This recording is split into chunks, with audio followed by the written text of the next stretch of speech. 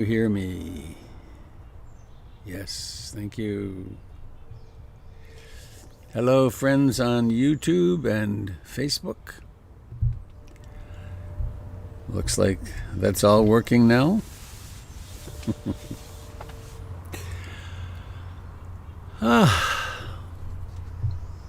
Hello, my Zoom morning family. Well, it's a big day in these parts. Over there, I can see the entrance where they'll come in, somewhere between 8 and 10. I don't know why they can't be more specific than that, but between 8 and 10, some very strong young people will show up and carry in and install the tough shed in pieces. I mean, they're not going to carry it as one thing. So this could be the last broadcast from the tent. We'll see with that if it makes sense to shift over there before the electricity. So I am Robert Beatty. I'm coming to you from Portland, Oregon, actually Beaverton, a suburb to the west of Portland.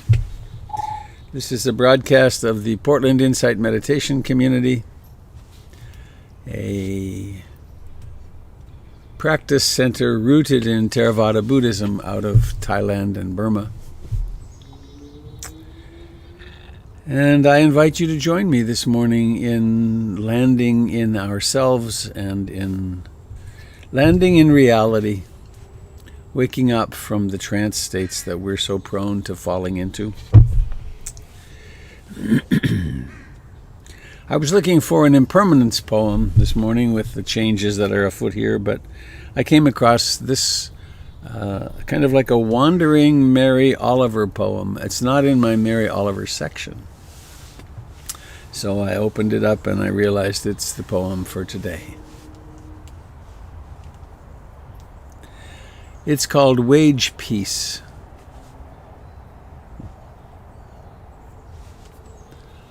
Hang on.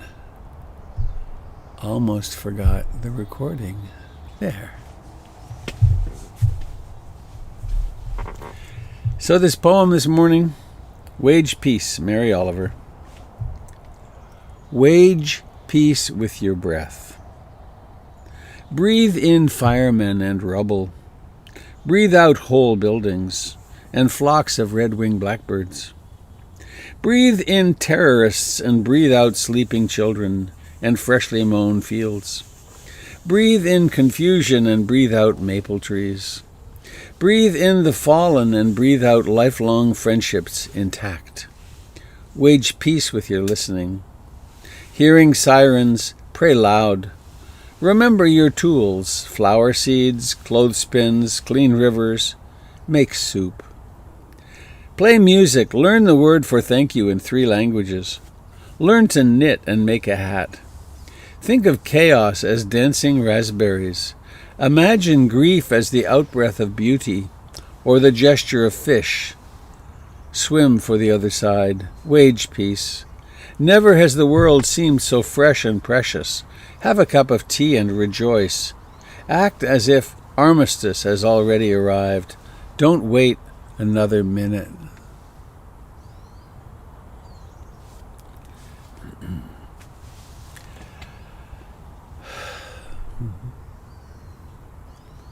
Wage peace with your breath. Breathe in firemen and rubble. Breathe out whole buildings and flocks of red-winged blackbirds. Breathe in terrorists and breathe out sleeping children and freshly mown fields. Breathe in confusion and breathe out maple trees. Breathe in the fallen and breathe out lifelong friendships intact. Wage peace with your listening. Hearing sirens, pray loud. Remember your tools, flower seeds, clothespins, clean rivers. Make soup.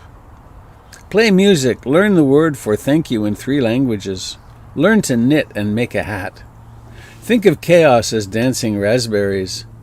Imagine grief as the outbreath of beauty, or the gesture of fish. Swim for the other side. Wage peace. Never has the world seemed so fresh and precious. Have a cup of tea and rejoice. Act as if armistice has already arrived. Don't wait another minute.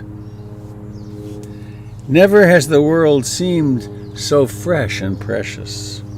Have a cup of tea and rejoice. Act as if armistice has already arrived. Don't wait another minute. Wage peace.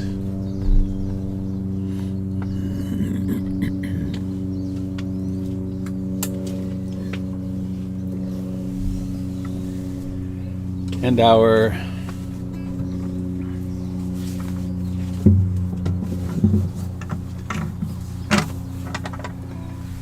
we're so fortunate to have a path. We don't have to make it up. A path that has been walked by millions and millions of people. So we have this contemplation each morning. I take refuge in the Buddha, the Dharma, and the Sangha.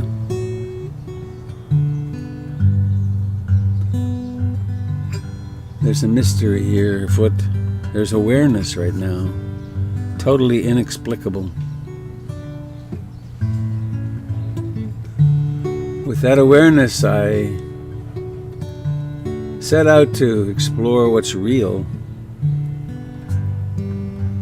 And I do that in the company of you, my dear friends, good friends.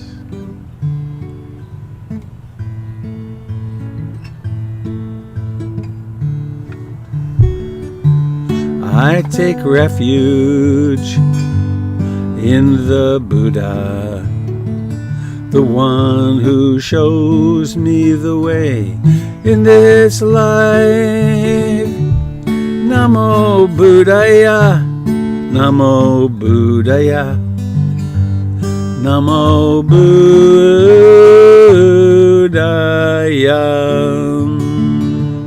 I take refuge in the Dharma, the way of understanding and love. Namo Dharmaya, Namo Dharmaya, Namo Dharmaya.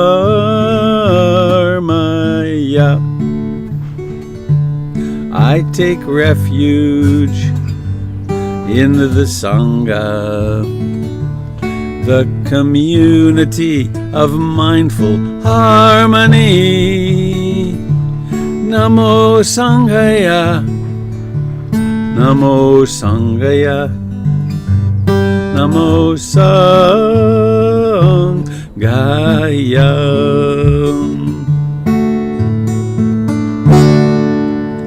I take refuge in the Buddha, Dharma, and Sangha.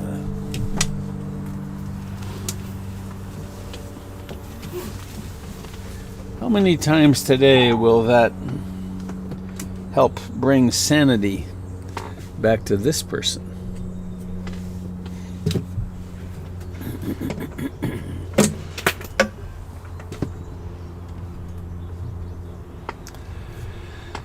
I have a medical update on Melanie Moon, I got a text from her early this morning that the pain is rather powerful, and she's doing the Dharma practice of pain versus suffering, with some pretty intense pain from her surgery for her hip, and everything is going as anticipated.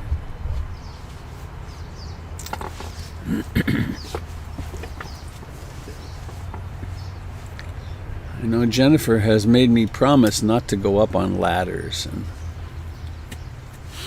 my daughter Tara worked in a hospital where there were, she said, lots and lots of 70-year-old men who went up on the ladder one extra time. So I don't know if I'll be completely good, but I'm being better. So it's now. It's this morning. Our planet is whirling somewhere far in an outer arm of the Milky Way galaxy, which is hurtling through space at hundreds of thousands of miles an hour. And yet right here it seems kind of stable, sort of stable. So let's land, let's take a seat. Take our seat at the foot of the Bodhi tree, just like Siddhartha did so long ago.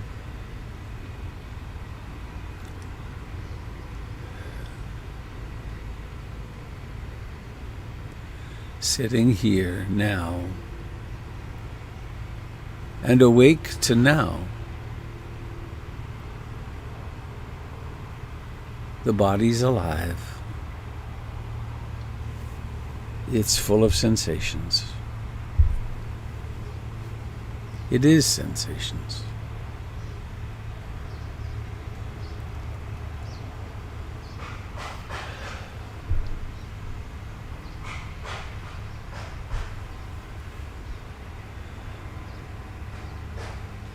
It breathes.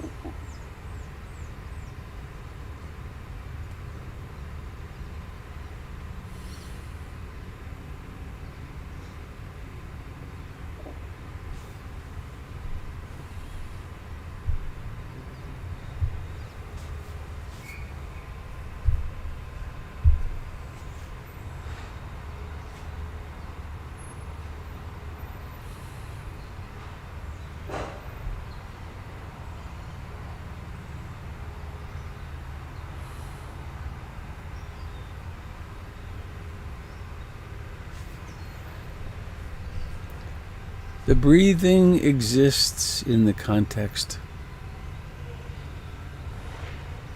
of a body that has an extent from feet to legs, pelvis, torso, arms, hands, fingers, neck, face, scalp.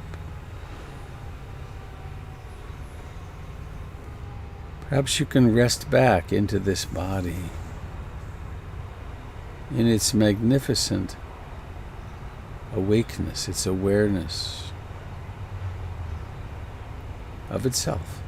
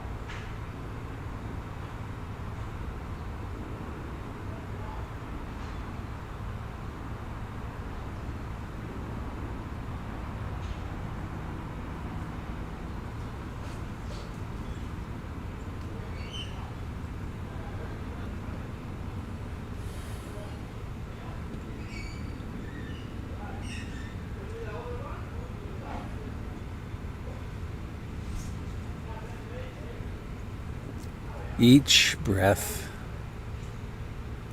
appears magically out of nowhere. Just like each thought, like each day.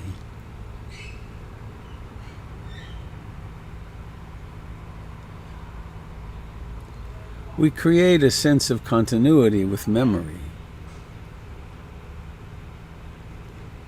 But our experience, our true experience, is just this.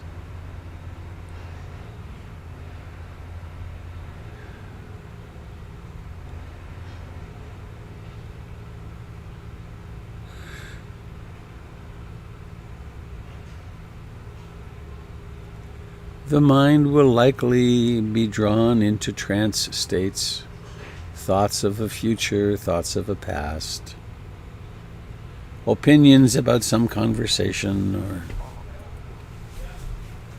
some emotional residue from somewhere else.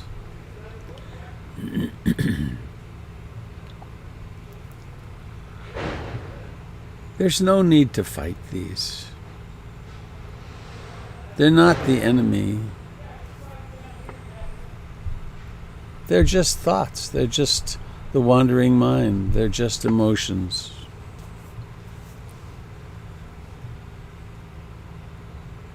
And we use them. We use them as the fuel for our awakening.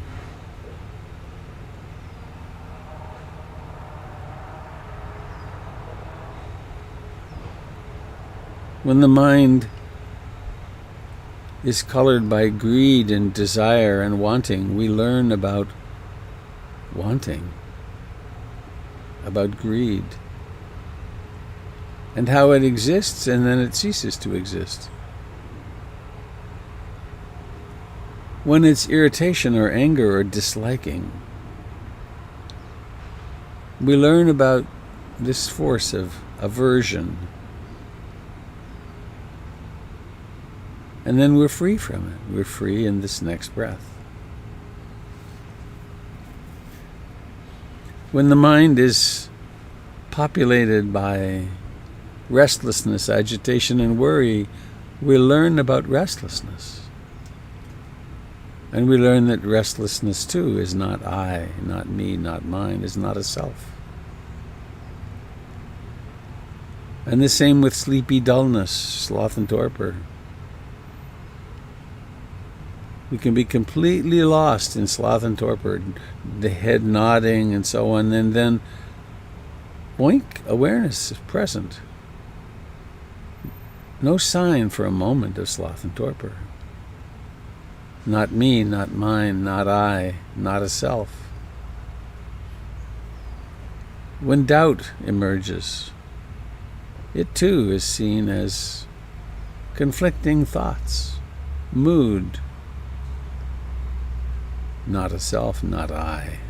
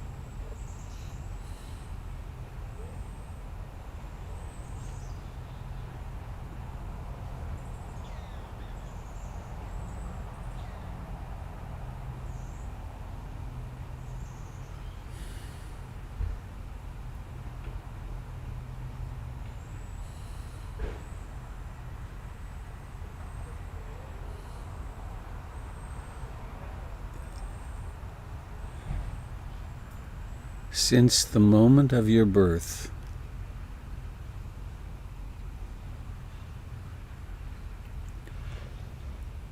When you took that first gasping breath.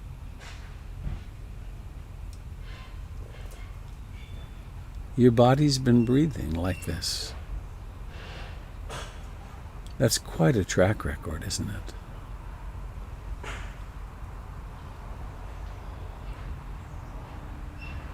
Constant communion with all of life.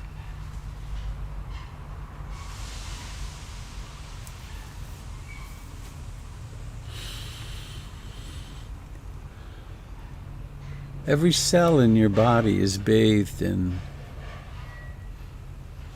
blood that has the same salinity as the ocean at the time that we emerged from the ocean.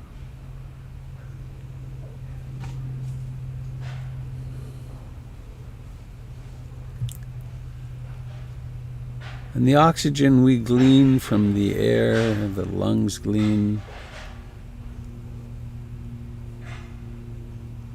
touches everywhere.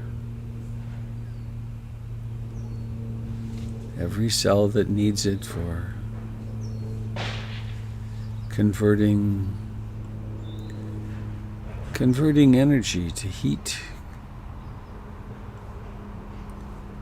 to consciousness, sugars in the blood.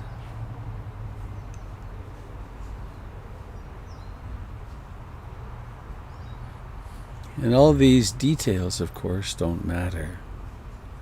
What matters is that awareness can abide in this breath right now. Wage peace with this breath. Be peace with this breath.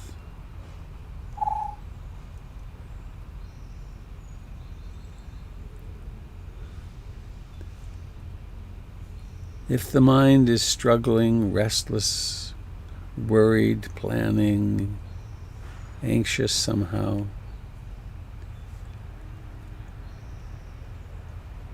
hold that tension, hold that discomfort, that dukkha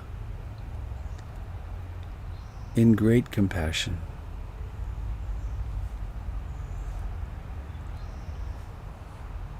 In fact, why not make a vow for the rest of our lives? Whenever I'm hurting, no matter how I'm hurting, from trivial hurting to the massive hurting of the loss of a loved one or the pain after surgery, I intend to hold myself in sweet compassion.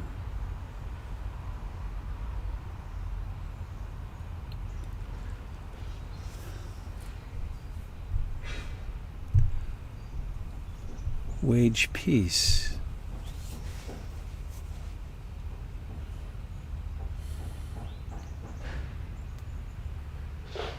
Peace with the past, which is actually over. Peace with the future, which is unknown and unpredictable.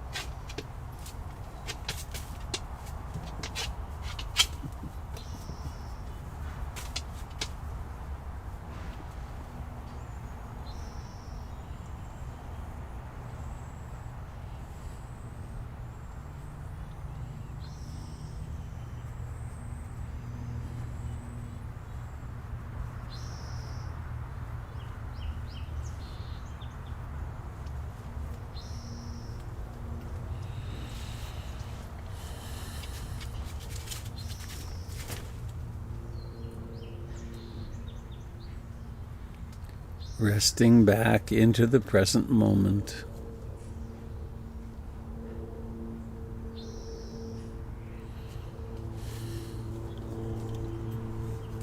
One way to imagine what happens is that the mind unwinds.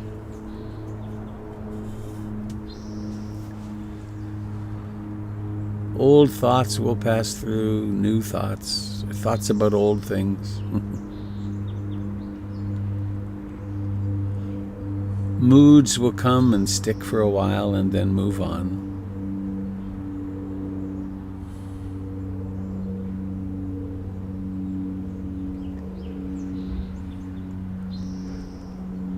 Actually meditating in a non-violent, non-coercive way is the simplest, most straightforward thing we can do.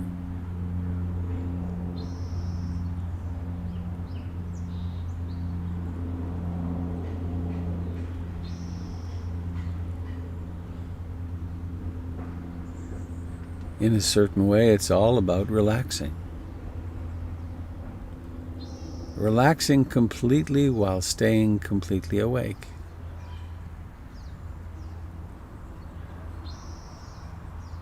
And it's awake with a willingness to experience whatever comes.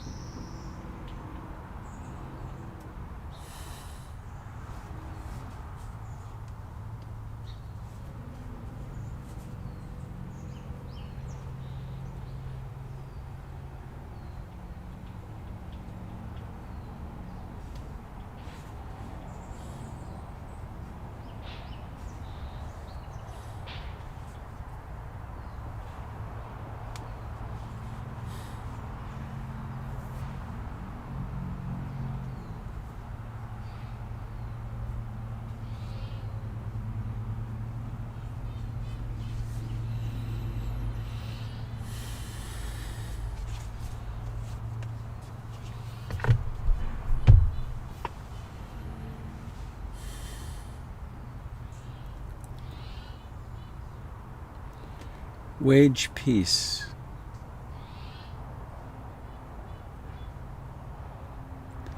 Sit like an ancient old-growth tree.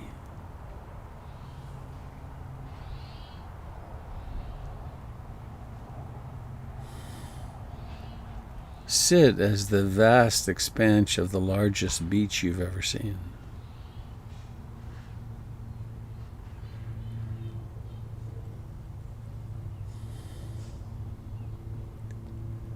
Sit with the luminance of 10 million sunsets.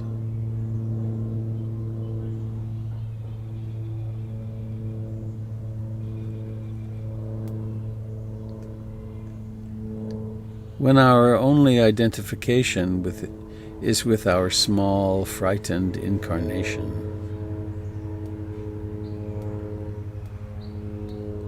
We do ourselves no justice.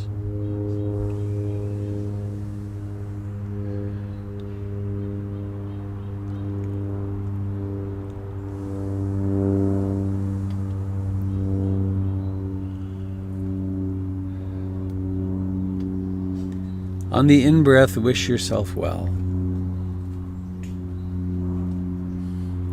Imagine yourself content,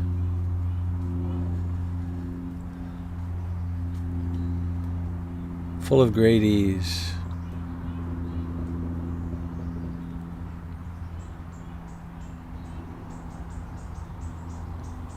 On the out-breath, think of a friend and bless her or him or them. Imagine them really happy. If you know someone who's suffering, Melanie Moon.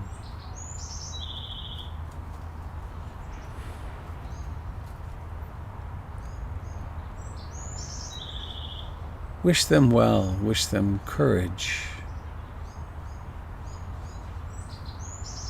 What if it's true that we are them?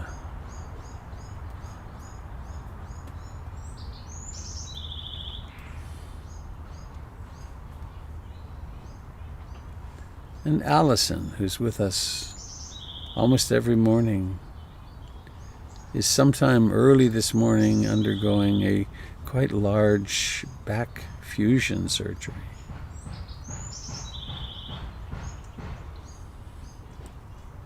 May she feel our support. On the in-breath, wishing yourself well. The in-breath of the Buddha, the Kuan Yin.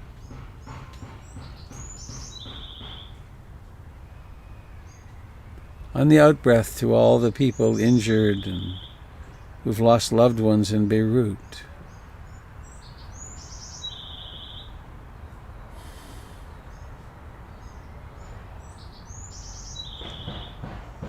On the in-breath, wish yourself well. Wish yourself content. Be peace in this moment through your own breathing.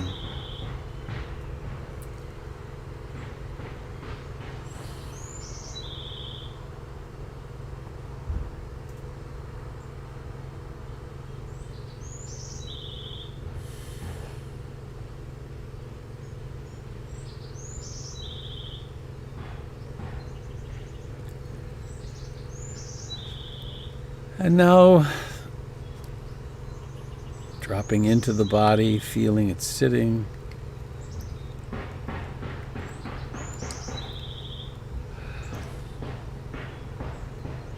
It's so alive, warm and cool, vibrating, moving. Awakening in the region of the eyes, and feel the eyes in their beautiful, smooth, lubricated sockets. Let them move around a little bit.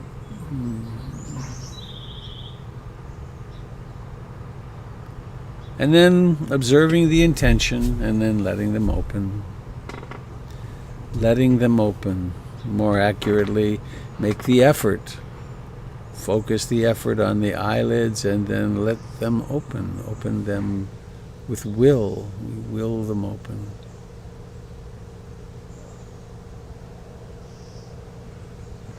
And then we get to see one another, and we can see with the eyes of a loving kindness wish or a compassion wish. Pick an individual, maybe someone you've never noticed before. Wish them well.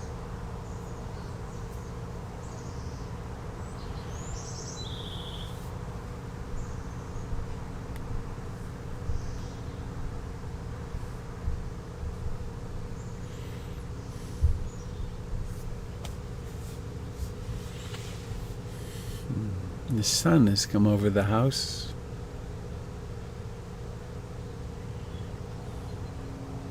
The little light that I have that makes this work before the sun rises now becomes almost irrelevant. It's so small. The brilliance of the sun. Wow.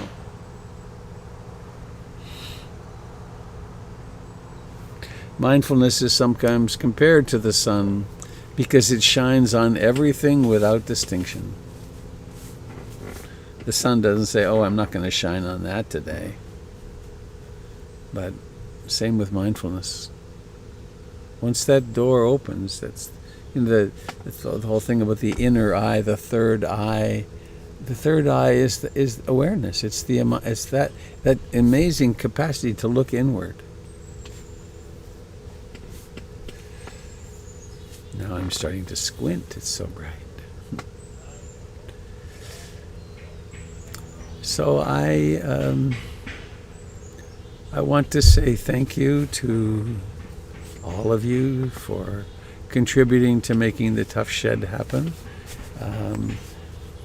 I'll be making a 2 or 3 minute time-lapse photography of it, so I'll probably show it tomorrow, of how it emerges out of nowhere. I'd like to draw your attention also to the classes, the new classes that are available, that are starting in the fall at PIMC. I'm doing a class on the Eightfold Path. It's a 9-session class on the Eightfold Path, and I'm really looking forward to it. I have a wonderful set of diagrams that really work, that are very helpful, and it's going to be a developmental class, meaning that each piece builds on what was before, and so I think it's going to be pretty interesting. I know it's going to be very interesting. It's that which I have studied and practiced my entire life, and my mission statement is actually to live and practice as best I can according to the Eightfold Path, and to share that as effectively as I can. So this is really central to all of my study and practice over all these decades. And there's a couple of other classes too on nonviolent communication and basics of meditation. And Jim, are you doing a Qigong thing soon? I think you are. Let me check. It's the 15th. Yes, the 15th. I'm doing a Qigong thing. And I'm planning to do a little reading group on Mondays after the social justice wraps up. And after Labor Day, I'm going to go back to Mondays, but I'm going to be reading at that point. Great. There's Alicia. Thank you, my dear. I couldn't find you for a while. It's funny how people can hide in plain view, or not be seen in plain view. I see. There's roofing. They're roofing the house over that way today, the last 2 or 3 days. So now we're going to have a lot of pneumatic. Can you hear it? At least it's not shooting. I mean, yeah, when I went camping and there was all that shooting, that was a little wild. So I think I'm going to open it up to you. How are you today? What is on your heart? Do you have any question about that we might address here? Praises, blamings, gossip. No, let's not do that. I hear someone. Yeah. Hang on, let me get to here. Tim. Hey, hi, Tim. I went down last night downtown to the Buddhist Peace Fellowship. Oh. Tuesday at 7 at the Chapel Square, right across from the Justice Center, the so-called Justice Center. There were 80, maybe 100 Buddhists from different lineages, and they did a walking meditation, and people who didn't feel like walking did sitting meditation. They had a little introduction with a little closing, and it was interesting. It was probably the harshest, most unpleasant environment that I've ever tried to meditate in, because the grass is all gone from Chapel Square, from all that foot traffic. And across the street, the Portland Police Department, all dressed in black, are standing on the steps with their arms crossed. And there was loud music and people driving by, and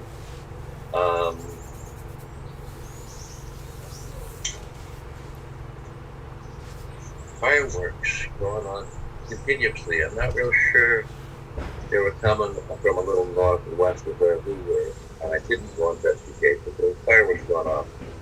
Bang, bang, bang, bang, bang, continuously from the time I got there. It's maybe 6:30. So I don't know what that was about, but it was very challenging place to try to meditate. Mm-hmm. And in there, there's 100 Buddhists meditating on one block. There's a sweetness in that, and once I could kind of tap into a piece about it, and the intentions were so good. All compassion, all equanimity. I didn't see anybody there for what I would think were the wrong reasons. So it was weird and kind of nice. Great. Thank you for sharing that.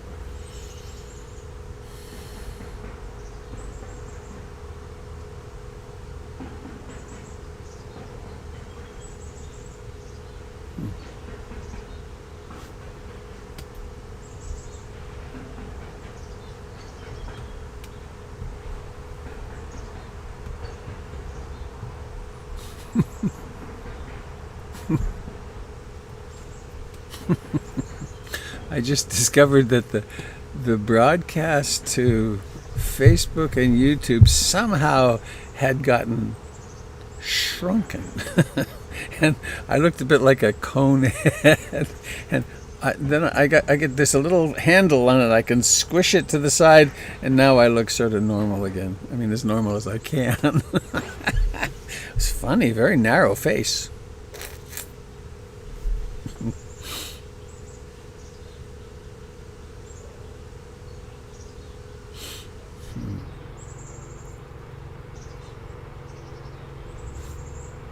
Robert, this is Mary Kay up in Skagit. Hello, Mary Kay. Hi there. I wanted to say that I found that Mary Oliver poem, which was unfamiliar to me, very, very helpful. And, her idea about letting in the craziness, the thoughts, the scariness, and then breathing out all her beautiful images, the dancing raspberries and everything. I think the way it helped me was sometimes trying to be present and breathe in, may I be happy, and breathe out, may all beings be happy. It feels like there's too swift a hurdle or something. Mm-hmm. And what this poem did for me was I was practicing it during the meditation of breathing in, wherever my head ended up at that moment, just breathing that in, and then being this little kind of transformational machine that it sent out, right now, be now, and it just worked so. It just seemed to work so well for me to not struggle with all that stuff. Just breathe it in and transform it into right now.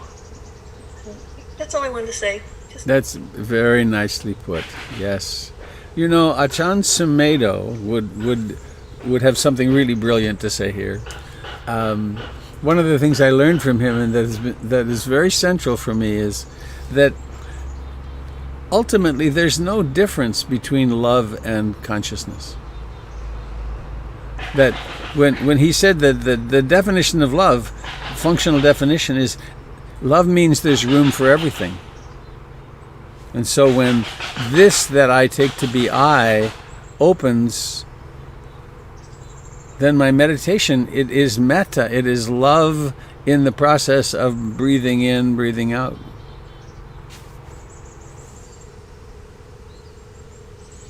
So thank you for sharing that. Thank you. Ultimately, there's nothing to do. There's just being love.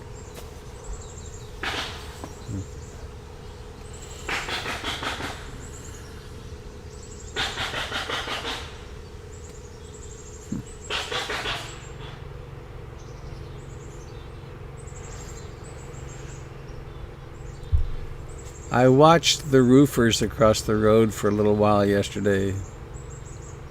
It was hot. There they were up on the roof, and there are people who do really back-breaking physical labor.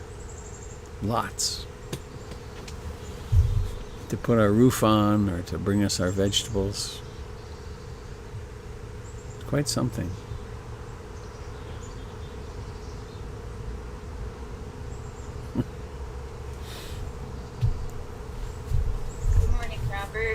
It's Trisha. Hello, Trisha. Hi.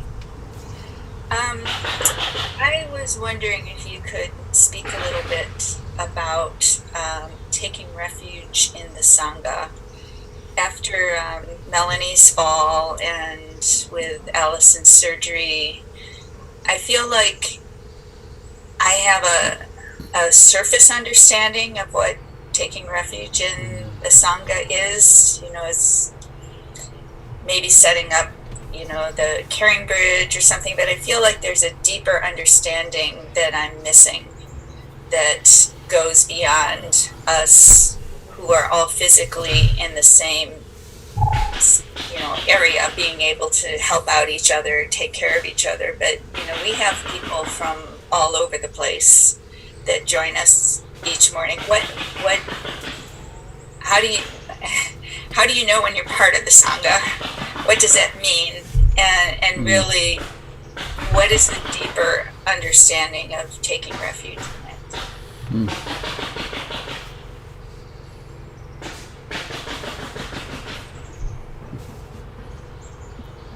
I'm having a little difficulty with the intensity of noise from right here, but I can be here, I think. As you were speaking, I remembered.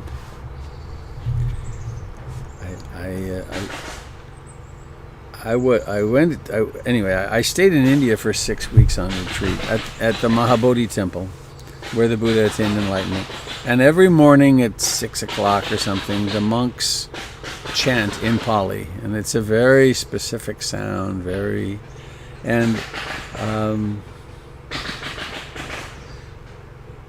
when I think of Sangha, part of it for me is this it's an idea of that I'm part of something huge, that human beings have for thousands of years taken these teachings one to the next. Here, my teacher to me to you, and it's this community of support that has a very clear motivation, which is I want to wake up and I want to become more and more compassionate and loving. And we need others around us with a similar orientation. Otherwise we get lost. It's so easy to get lost. Our environment affects us so profoundly. So one way that Sangha makes sense to me is that it's this lineage of practitioners, that it has to do with this container. And then we have our local Sangha, but we can't. It's difficult to take refuge with other people because they're so unstable. So we have PIMC, our place to meet, and now we don't have access to it. I mean, we can't meet there. I got all wound up. I think it was yesterday. thinking, okay, good. I'm going to do it next Sunday. I'm going to pull it together. And I thought, oh, God, do I have to plan this? But I decided I would do it. I was encouraged by Marla. Marla Schroeder wrote me and said, why don't we do it? And then I engaged Gregory, and he looked up the rules. And it's now 20. You can't have more than 25 people together, indoors or outdoors in Oregon, and be within the law.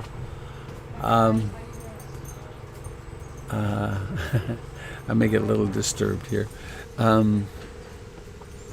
So there's this feeling of containment that has an interpersonal piece, which is the PIMC Sangha, or this community here, and it strengthens us to see each other's faces here in the morning and to know each other's presence is strengthening for keeping us on the path. So is that adding anything to your understanding? Yeah.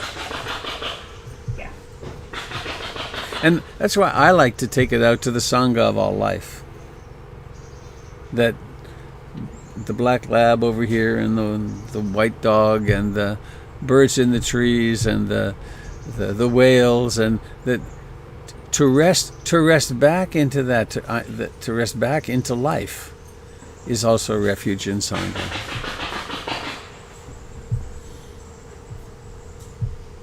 Because we're Say again? The interconnectedness that we have with all life. Yeah, that we are all of life. We're this particular mushroom that came out of the ground as Tricia and as Robert, and down underneath there's all these mycelium. We're one living organism that has these upwellings. It's conceptual, but there's a way to soften down and back into it. Yeah, I like that.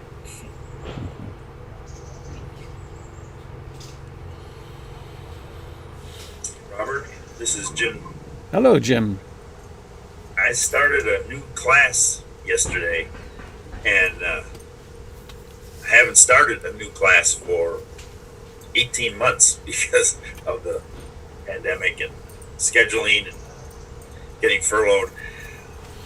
But the idea of moving together with a new group of people that at one moment were strangers, and then 20 minutes later we belong together, and that's Sangha. by moving together, and watching each other.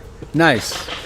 At the same time that I was doing that, my mind was going to a video that I had seen in my extended family. There's a 7-month-old who's starting to walk, and she's starting to move with a new awareness.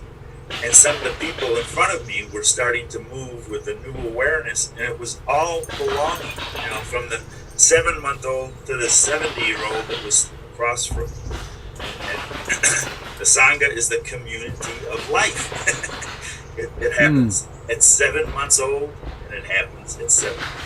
And starting something new, I was really aware this is the beginning, of a whole bunch of new relationships. And then that 7-month-old, it's the beginning of walking. Beginnings and endings, belonging together. I don't have any more words. I just feel full. That was very beautiful, Jim. Thank you.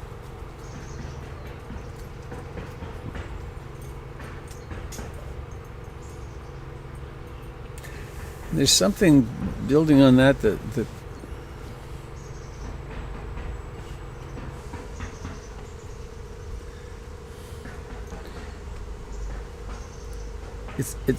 it's possible to go through the world with much more of a sense of belonging with everyone. That the one sees one's family or one's community in more and more beings, and that then we're more and more at home in the world. I just had a memory of way back when, 40 years ago or so, Munindra, my teacher from India, came to visit us in San Jose, and he would talk to anyone. And I mean, there was an absolutely besotted drunk man in the park one day, and Manindra went over and had quite a long conversation with him. He gave him a whole Dharma rap. I don't think the guy was listening even, but Manindra didn't have any sense of fear, or he just went over and talked to this man, and I've emulated that since then. We really are one family, one Sangha, including the guys in their camouflage outfits and their mistaken ideas, and that we are really truly one living being here on the earth. Hard to live, but I think the truth.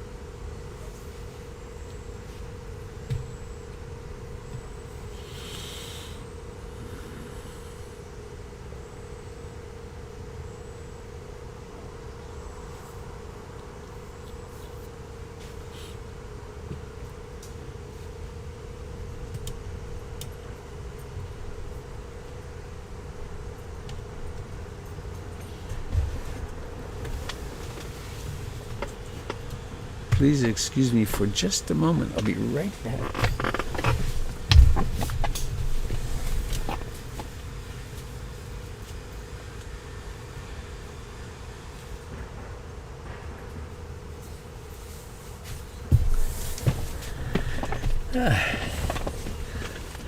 There. Chris Parkhurst and Takaki Okada, who are creating a documentary of me and PIMC and the summer of the tent and so on, have arrived. And I don't know whether they'll show up or not, but they've come to do some video of the tough shed going up. Oh, I feel teary.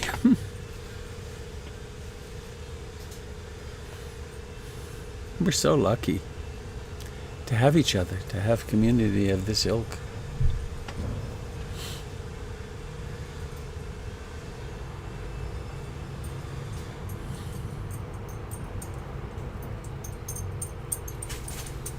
Now Dobby the dog is here.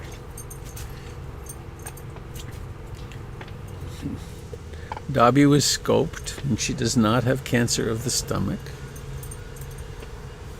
So now the diagnosis is irritable bowel syndrome, or something like that.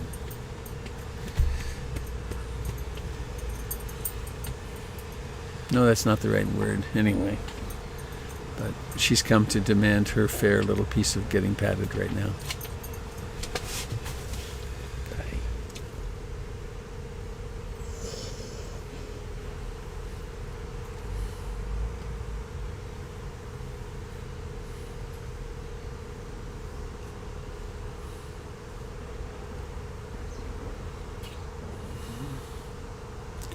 Well, we're a little after 8.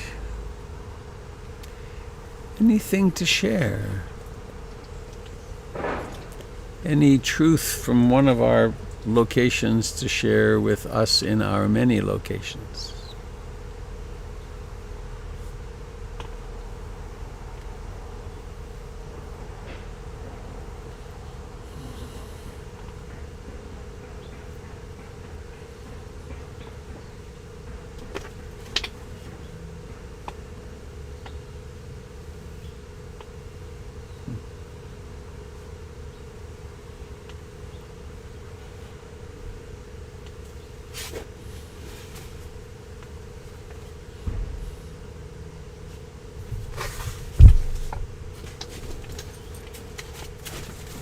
I will remember to send that Mary Oliver poem. In fact, where's that? There was another one. This is a little Mary Oliver for closing.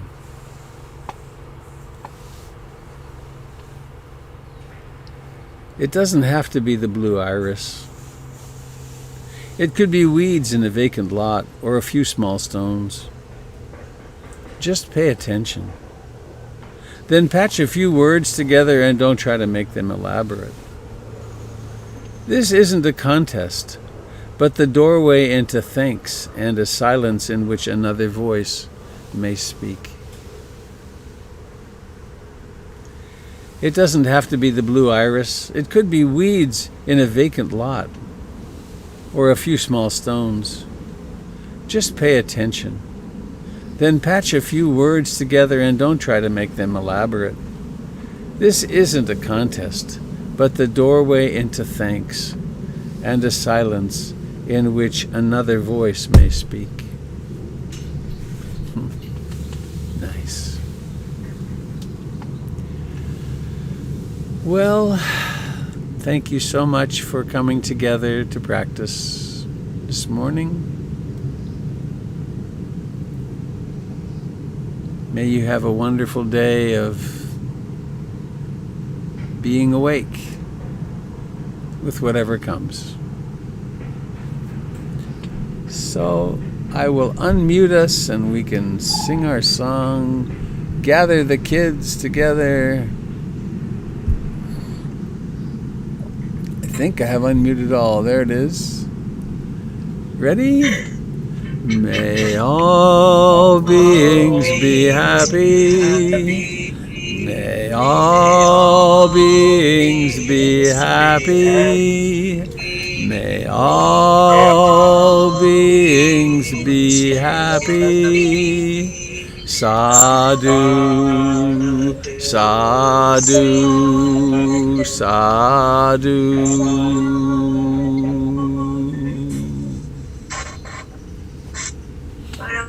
Everybody. Bye. Thank you. Bye. Have a good day. Good morning. Namaste. Thanks, everyone. Blessing. Have fun, Robert. New shed today. Bye-bye. Bye. See you tomorrow. Thanks for zooming in. Bye, Alicia. Bye, Dad. See you tomorrow.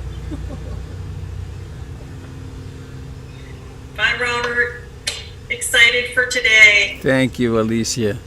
Yeah, we can't wait till tomorrow. Big hugs, not just the COVID kind.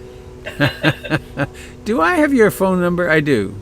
Yeah, Yeah. Okay. I'll call you today. excellent. Okay. Talk to you soon. Bye-bye. Goodbye, Sherry. Thanks for being here. Goodbye, Linda. And Greg. And Francine. And Jim. Here we go.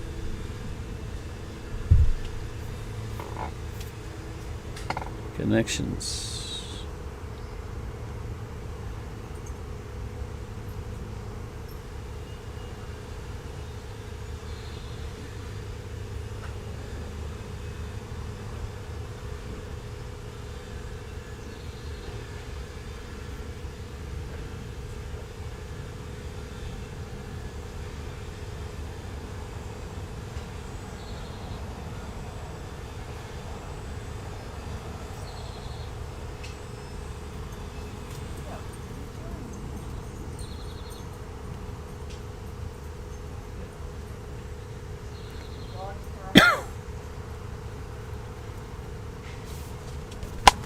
All right.